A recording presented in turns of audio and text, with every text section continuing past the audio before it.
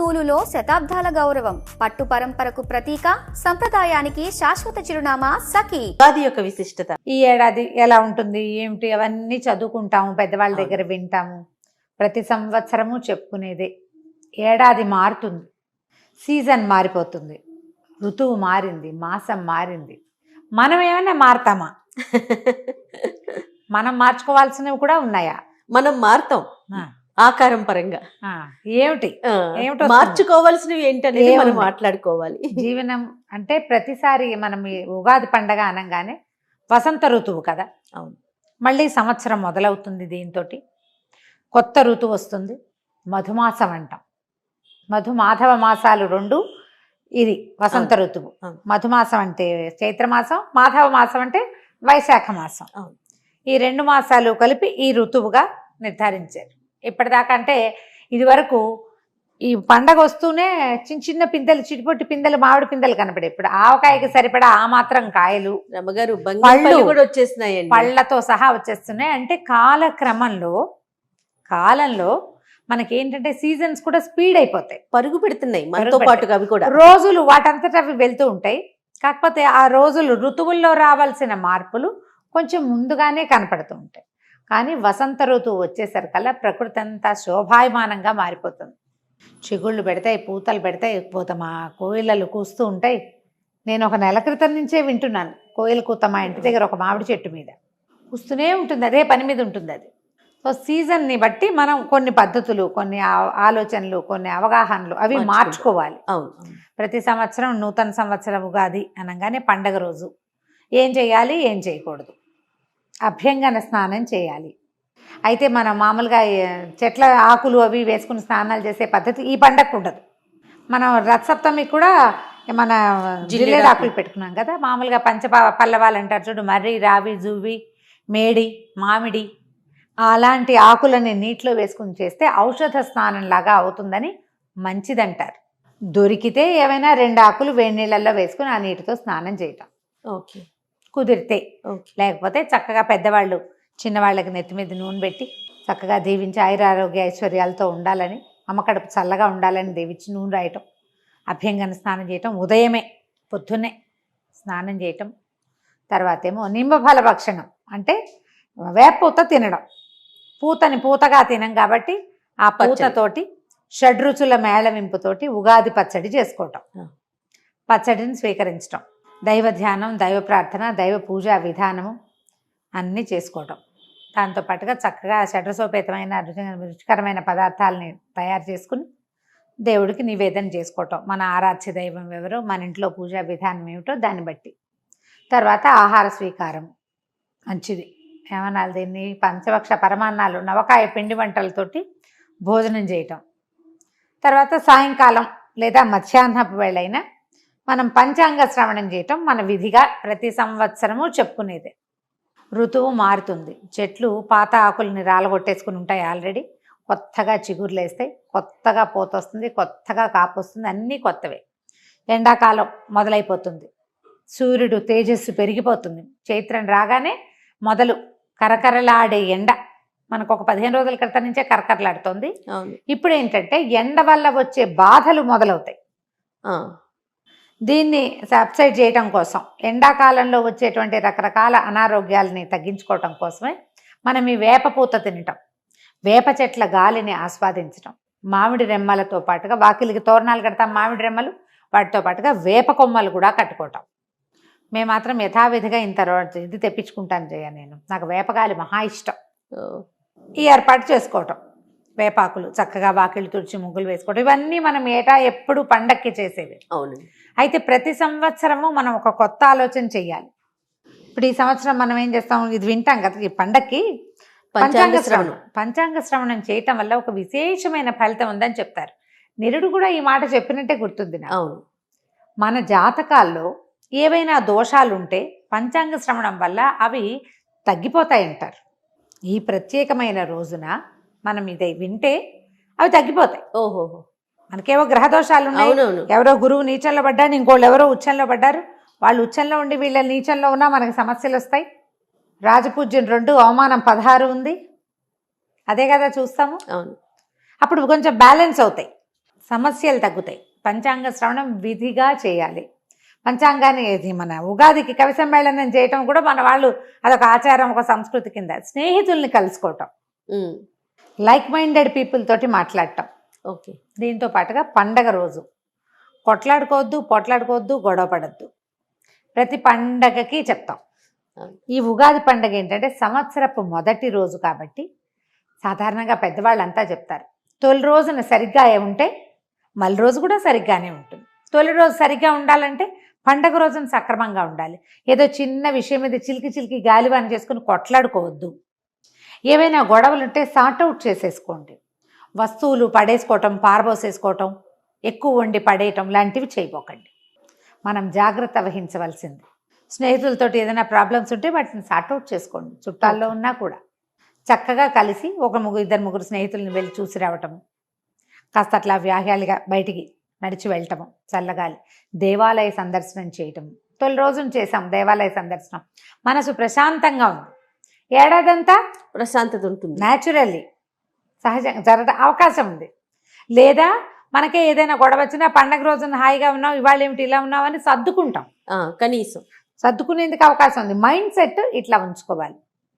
ఈ చెట్లు ఎలాగైతే కొత్తగా చిగుర్లేసి మళ్ళీ పూయటానికి కాయడానికి సిద్ధపడతాయో అలాగే మనం చేసిన తప్పులు ఏమైనా ఉంటే వాటిని వెనక్కి వదిలేసి మళ్ళీ జీవనారంభానికి చూసుకోవాలి. మనకు ప్రకృతి అదే కదా చూపిస్తుంది. ఏటా చూస్తాం, కానీ మనం ఏం చేస్తామంటే తప్పు నెమరేసుకుంటూ ఉంటాం, గుర్తు చేసుకుంటూ. పొరపాట్లు తప్పులేమో పునరావృతం చేస్తాం, దుస్సంఘటనలేమో ఎంతసేపు నెమరవేసుకుంటూ ఉంటాం, పోట్లాటలు నెమరేసుకుంటాం. మానేయాలి. అది ఏది ఆగదు, కాలము ఆగదు. ఆగని దానికి ఎందుకు మనం వెనకది చెప్పుకుని మన పెళ్ళైనప్పుడు అంటుంటారు 30 ఏళ్ల క్రితం అయిన పెళ్లి రోజు 30 ఏళ్ల క్రితం జరిగింది, అప్పుడు ఏదో అయ్యింది, ఇంకా ఎన్నాళ్ళు చెప్పుకుంటారో. ఏవో స్వీట్ నథింగ్స్ అయితే చెప్పుకోవాలి. గొడవలు కొట్లాటలు ఎందుకు, అనవసరంగా మనసు పాడు. ప్రస్తుతపు ఇది కూడా పోతుంది కదా. ఈ పని చేయబోకండి. వేపపూత తప్పనిసరిగా పిల్లలకు కూడా స్వీకరించేలాగా చేయండి. షడ్రుచుల సమ్మేళనమే జీవితం. ఉప్పు పులుపు, తీపి కారం, చేదు వగరు. చేదు తిన్నాక వగరు మిగులుతుంది, అవును కదా. కానీ మనకు తెలుస్తుంది. ఈ చేదుని వగర్ని కూడా మన జీవితాల్లో కలుపుకోండి. అన్నీ స్వీకరించాలి. ఎందుకంటే ఈ కాలంలో ఏంటంటే ఒకరోజు కింద అవుతుంది, ఒకరోజు మీద అవుతుంది. పగలు రాత్రి లాగానే జీవితంలో ఇన్ని రుచులు వస్తూనే ఉంటాయి. ఏదైనా ఒకే రుచి ఉండిపోదు ఎల్లకాలం, ఒకదాని తర్వాత ఒకటి ఉంటుంది కదా. అందుకని ఈ షడ్రుచుల సమ్మేళనమైన పచ్చడిని ఇప్పుడు తినిపిస్తారు. మనం ఏటా ఇవే మాటలు, ఇవే కబుర్లు, ఇదే విషయం మాట్లాడుకుంటూ ఉంటాం. ప్రతి పండగ రోజున అభ్యంగనం చేయాలి, ఇలా మంచి మాట్లాడుకోవాలి, దేవతార్చన చేయండి, భగవత్ సాన్నిధ్యంలో కొంచెం సేపు గడపండి, ఇంటిల్పాది చక్కగా స్నేహంగా ఉండండి. చెప్తూ ఉంటామా, చేస్తూ ఉంటున్నామా లేదా, అదే ఆలోచించుకోవాలి. అది కదా ఆలోచించాలి. ఆలోచించండి. పండగకి 2 రోజుల ముందు నుంచే మనం ప్రిపరేషన్ మొదలు పెడతాం కదా. ప్రిపరేషన్ చేసేటప్పుడు ఏం చేస్తాము, నీట్గా లేని దాన్ని సరి చేసుకుంటాం. ఇల్లు ఉడిచేస్తాం, తుడిచేస్తాం, ముగ్గులు పెట్టేస్తాం, వాకిళ్ళకి చక్కగా పసుపులు రాస్తాం, తోరణాలు కడతాం, కొత్త ఇవి అలంకారాలు చేస్తాం, దుప్పట్లు గిప్పట్లు అన్నీ కొత్త వేసుకుంటాం. కొత్త బట్టలకి చాలా మంచిది ఉగాది పండగ. కొత్త బట్టలకి పసుపు పెట్టి చక్కగా కొత్త బట్టలు వేసుకుంటాం. ఇవన్నీ కొత్తవి చేస్తున్నాం కదా, ఇవన్నీ బాగు చేస్తున్నాం కదా. మానవ సంబంధాలు కూడా బాగు చేసుకోవద్దు. ఖచ్చితంగా పాత కక్షలు, కార్పణ్యాలు, గొడవలు అన్నీ వదిలేసి మళ్ళీ ఫ్రెష్ స్టార్ట్. అంతే. నేను ఒకనే స్టార్ట్ చేస్తే సరిపోతుందంటే లేదు, వాళ్ళకు కూడా చెప్పండి. అందరికీ ఇదే మాట. అంతే కదా. పోనీ అడిగేదో మన వైపు నుంచి వేద్దాం. అదే అంతే కదా. మనం స్టార్ట్ చేస్తే ఆటోమేటిక్ గా తొలెడుగు మనం వేస్తే మల్లెడుగు ఎక్కడో చోట పడుతుంది. చేయాలిగా, ఖచ్చితంగా చేయాలండి. ఇలా ఆలోచించాలి. ఇప్పుడు మనకి ఇప్పుడు మన వైపే కాకుండా నార్త్ ఇండియాలో కూడా అంటే రాముడు తిరిగి వచ్చిన రోజని భావిస్తారు వాళ్ళు. అందుకని ఏం చేస్తారంటే మన శ్లోకాల్లో కూడా చెప్పబడింది నిమ్మఫల భక్షణము, తర్వాత ఏమో ఇది పతాకావిష్కరణ. మన ఏమనాలి దాన్ని, జెండా, కాషాయ జెండా ఎగరేస్తారు. ఓంకారం కానీ స్వస్తికం కానీ రాసి ధ్వజారోహణ అంటారు. ధ్వజారోహణం అంటే ఈ రోజున కాషాయపు జెండా, కాషాయము హిందుత్వానికి ప్రతీక, అవును, మన భారతదేశానికి ప్రతీక. దాంట్లో ఓంకారం కానీ స్వస్తిక్ కానీ ఏదైనా ఒక దాన్ని రాసి ఎగరేస్తారట. ఎగరవేసే వాళ్ళు ఇది వరకు ఇంటి మీద ధ్వజారోహణ చేసాం. లాస్ట్ ఇయర్ ఈ సంగతి విని మా ఫ్రెండ్ ఒకడు చెప్పాడు నాకు, మేము ఇవాళ తింబఫల భక్షణ చేసాం, ధ్వజారోహణ కూడా చేసాం, మా ఇంటి మీద కాషాయ జెండా ఎగరేసాము అని. ఓకే. అంటే ఇది హిందుత్వము అని భావించకండి, మనకు పురాతన కాలం నుంచి ఉన్నదే. హిందుత్వ భావాల్ని పెంచి పోషించటం కాదు. మనం ఈ రోజున అలా రాముడు అయోధ్యకి తిరిగి వచ్చిన రోజట ఈ రోజు, అందుకని వాళ్ళు పండగ చేసుకునేవాళ్ళు, వాళ్ళు ఇలా చేసుకున్నారు. మనం కూడా చేయొచ్చు, ఆసక్తి ఉన్న వాళ్ళు చేయండి. లేకపోతే మన మామూలు పద్ధతి ప్రకారమే వాకిళ్ళకి పసుపులు రాయటం, వాకిట్లో చక్కగా ముగ్గేసుకోవటం, పువ్వుల దండలు కట్టడం, మామిడి మండలు వేప మండలు కట్టుకోవటం, వేప పువ్వు తెచ్చుకోవటం, చక్కగా బాగు చేసుకుని కాస్త చింతపండు పులుసు అందులో వేప పూత కలిపి, తర్వాత ఉప్పు బెల్లము, ఇదివరకు మిరియాలు వేసేవాళ్ళు, తర్వాత కాలంలో పచ్చిమిరపకాయ వేసుకుంటున్నాము మన వాళ్ళ. తర్వాత పచ్చిమిర్చి అలవాటు అయిపోయింది కదా. దీంతో పాటుగా చిన్న మామిడికాయ, లేత మామిడికాయ పిందెలు సన్నటి ముక్కలు తరిగి అవి కూడా కలుపుకోవటం. నేనైతే ఎవ్రీ ఇయర్ చెప్పేది 2-3 అరటిపళ్ళు వేసుకుంటాను, నేను బైండింగ్ బాగుంటుందని. ఎవరెవరి అలవాటు మట్టి, కొన్ని చోట్లేమో దాన్ని ఉంటారు పుట్నాల పప్పు వేస్తారు, చెరుకు ముక్కలు వేసుకుంటారు, దానిమ్మ గింజలు వేస్తారు, జామ పళ్ళ ముక్కలు వేస్తారు. మీ ప్రాంతపు ఆచారాలు పద్ధతుల ప్రకారం వేప పూత వేసినటువంటి ఉగాది పచ్చడిని స్వీకరించండి. గొడవలు లేని ఉగాది పండగ, ఆరోగ్యాన్ని కలిగిన ఉగాది పండగ మన సొంతం కావాలి అనుకోండి. పండగ బాగుంటే ప్రతిరోజు పండగగానే ఉంటుంది. పైగా ఇటీవల కాలంలో ఏంటంటే మనకు కొన్ని ఏళ్ళుగా న్యూ ఇయర్ January 1st ఇచ్చిన ప్రాధాన్యత మనం ఉగాది పండగకి ఇవ్వటం లేదు.